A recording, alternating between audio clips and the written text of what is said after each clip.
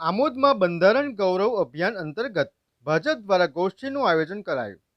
બંધારણ ગૌરવ અભિયાન અંતર્ગત ભારતીય જનતા પાર્ટી દ્વારા આજરોજ સાંજે 4 કલાકે આમોદ જૈન બોર્ડિંગ ખાતે ગોષ્ઠીનું આયોજન કરવામાં આવ્યું હતું. સૌપ્રથમ ડોક્ટર બાબા સાહેબ આંબેડકરની છબીને ફૂલહાર અર્પણ કરી બંધારણનું પૂજન કરાયું હતું.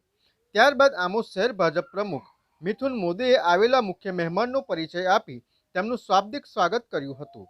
બંધારણ ગૌરવ અભિયાન અંતર્ગત મુખ્ય વક્તા તરીકે ગુજરાત પ્રદેશ ભાજપ અનુસૂચિત જાતિ મોરચા મીડિયા સેલના સહસંયોજક રાજેન્દ્રભાઈ સુતરિયાએ કોંગ્રેસ પાર્ટીએ ડોક્ટર બાબા સાહેબ આંબેડકરના કરેલા અપમાનો યાદ કરી કોંગ્રેસ પાર્ટીની ઝાટકણી કાઢી હતી, જ્યારે ભારતીય જનતા પાર્ટીએ હંમેશા બાબા સાહેબને સન્માનિત કર્યા હતા અને 1990માં ભાજપ સમર્થિત સરકાર દ્વારા ભારત રત્ન આપી સન્માનિત કર્યા હતા.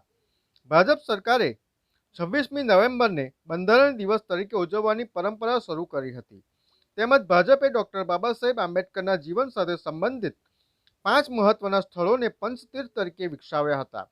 આ પ્રસંગે આમોદ શહેર ભાજપ પ્રમુખ મિથુન મોદી, મહામંત્રી ભીખાભાઈ લીંબચિયા, મંત્રી Devendrabhai Shah, advocate and notary Kamlesh Makwana, પાલિકા પ્રમુખ જલ્પા પટેલ, કારોબારી અધ્યક્ષ ગીતા પટેલ, ઉપપ્રમુખ જશુભાઈ રાઠોડ, પાલિકાના સદસ્ય કમલેશ સોલંકી, અક્ષર પટેલ, બીજલ ભરવાડ સહિત મોટી સંખ્યામાં ભાજપના કાર્યકરો ઉપસ્થિત રહ્યા હતા. VMP news, think positive.